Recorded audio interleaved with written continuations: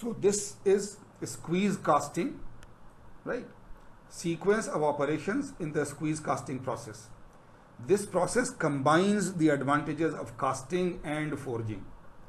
So if you see, right, this is one piece of the die, this is the other piece of the die. So this is the cavity for the die, and this is the die in the form of a punch, and the molten metal and the ejector pin. So now you pour the melt here, it fills the cavity, right? It fills the cavity, and then, right, so pour the molten metal into the die. Close the die and apply pressure. So now this is not a simple piston, this is like the shape of the die. So with this hollow portion and this solid portion, you see this hollow casting is done, this hollow casting of a more complicated shape, and you are pressurizing it. So this is like you are doing forging. This is like you are doing a forging, but the metal is completely liquid.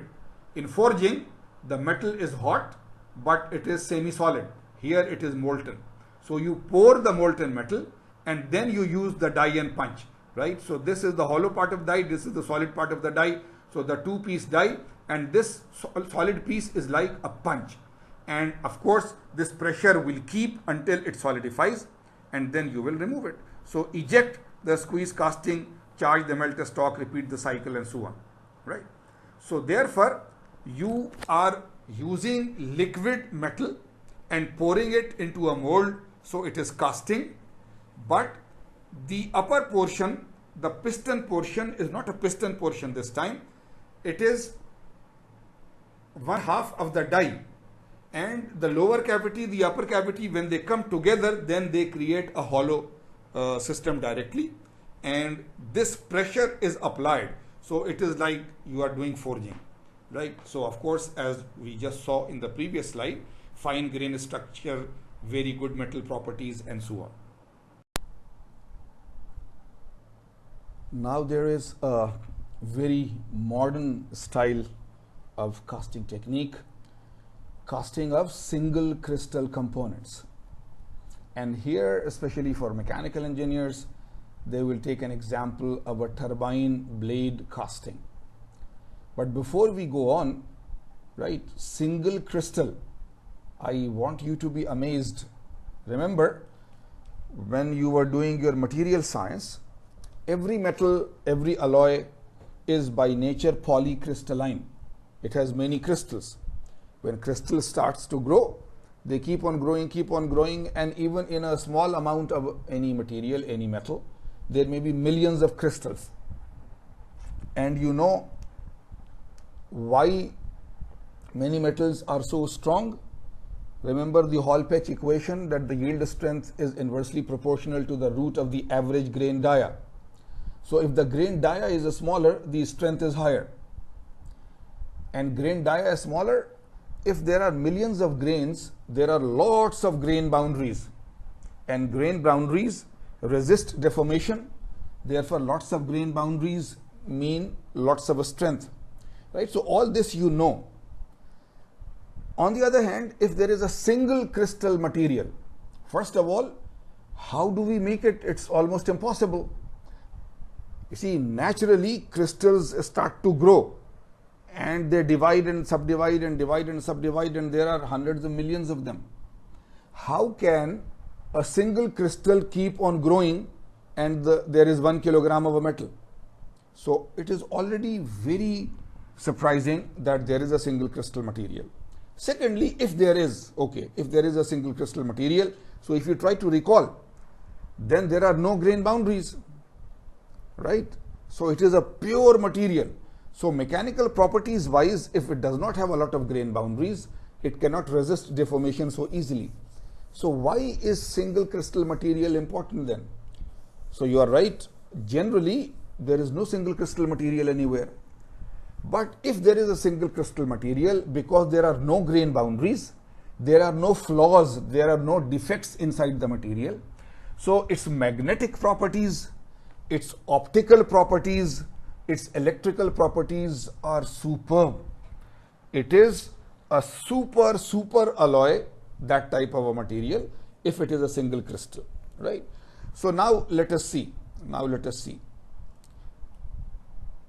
Single crystal or monocrystalline solid, material in which crystal lattice of the entire sample is continuous and unbroken with no grain boundaries. Absence of defects associated with grain boundaries gives unique properties, some mechanical and especially optical and electrical. Industrially used in technological applications which are very high, especially in optics and electronics. In mechanical type of applications, best example of single crystal casting is casting of gas turbine blades, generally made of nickel-based super alloys. Conventional casting, routinely, normally when casting of turbine blades is done, it is through investment casting. Remember, lost wax, investment casting using a ceramic mold. But those turbines which are very special, which are made from nickel-based super alloys, then casting can be done through single crystal casting. And this will be a very special one. So in the next couple of slides, we will see that inshallah. So let us see turbine blade casting. Directional solidification. Solidification in a preferred direction. Ceramic is prepared by investment casting. It is preheated by radiation heating.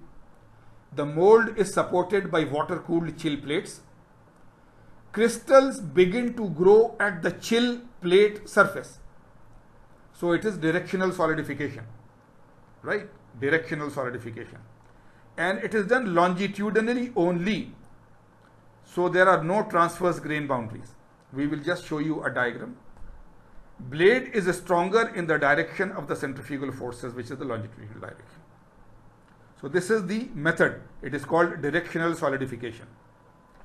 Single crystal blades mold assembly has a constriction, a small opening in the shape of a corkscrew.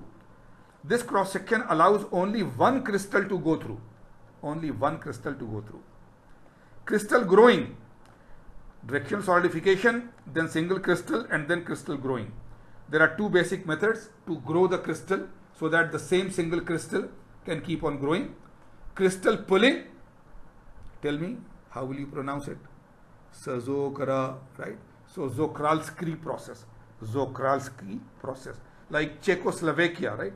So Czochralski or Czochralski. And then there is floating zone method. Floating zone method. So however way you pronounce it, I will take it as okay. Okay. So two methods of crystal growing. Okay. So let us see turbine blade casting. Methods of casting the turbine blades. A is directional solidification. B is method to produce a single crystal blade. And C is a single crystal blade with the constriction portion still attached, which will be trimmed later on. So in essence, in schematics, this is a chill plate. You keep it very cold, right? And this is the heat baffle or the heating area, right? This is the material and it is kept heated. This chamber is kept heated. Because of the directional solidification, only one crystal keeps on growing in this area, only one crystal keeps on growing in this area, and so on, right? So directional solidification, that the cooling is only in one direction, it is not everywhere. Normally, if it is there, then it will cool from here and here and there and there and so on. It will cool from all outer portions. But because of the chill plate, then the cooling of this hot will be only in one direction. So this is directional solidification, right? So now the directional, the chill plate and the columnar means one column, two column and so on. This is there. And now there is this corkscrew type, so that at one time only one crystal can go through. At one time only one crystal can go through. Multiple crystals don't go through it, right? So this is the thing, and then you grow it into a single crystal material. Now again, I am not showing you all the details. The real single crystal making thing will be more complicated. The technology will be there, lots of parts and this and that. we are just showing you the schematic and the basic principle, that it is directional solidification combined with a restricted opening through which only one crystal can go at a time, and therefore then it grows, right? So this is here, that once the crystal is there, then how do you grow it? The two methods: A, crystal pulling, right? Crystal pulling. So this method is crystal pulling. There is a single crystal, there is an induction coil. Remember, induction coil. So this is a polycrystalline feed, and you pull, and it is rotating at the same time. So crystal pulling is Czochralski process, and right, this, sorry, the B is the floating, I am sorry, one is this, one is the other is the floating zone method. I am not going into the details.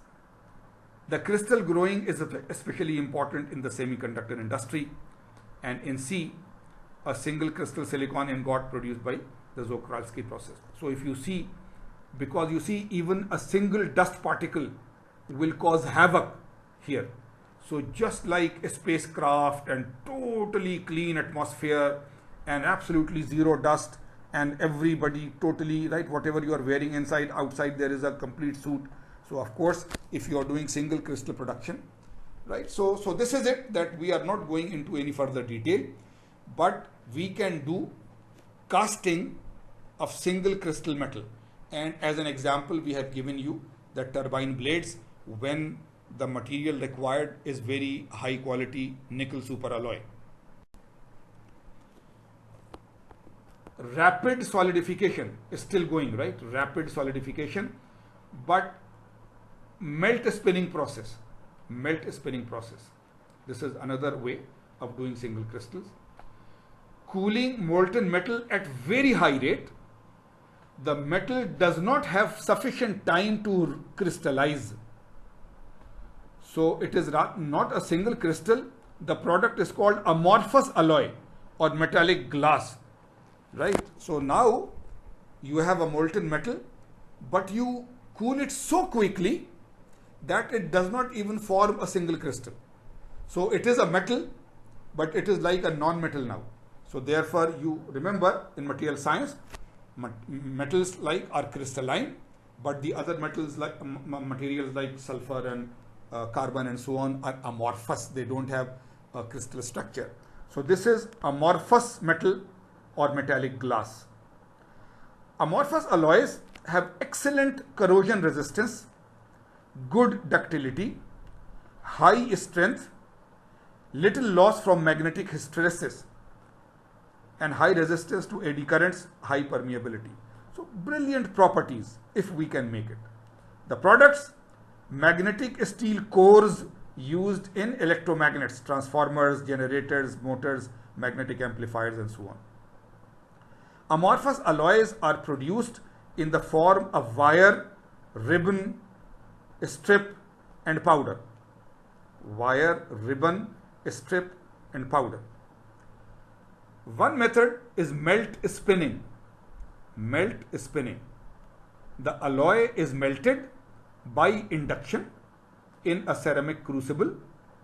It is propelled under high pressure at very high speed against a rotating copper disc, which is called a chill block, and rapid chilling or splat cooling is happening, right? We will just show you so you can have a look at it. So this is the rapid solidification through melt spinning process, right? This is a disc. This is the crucible furnace.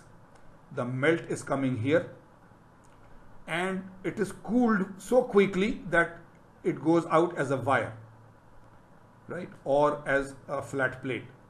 So a schematic illustration of the melt spinning process to produce thin strips of amorphous metal and nickel alloy production through melt spinning.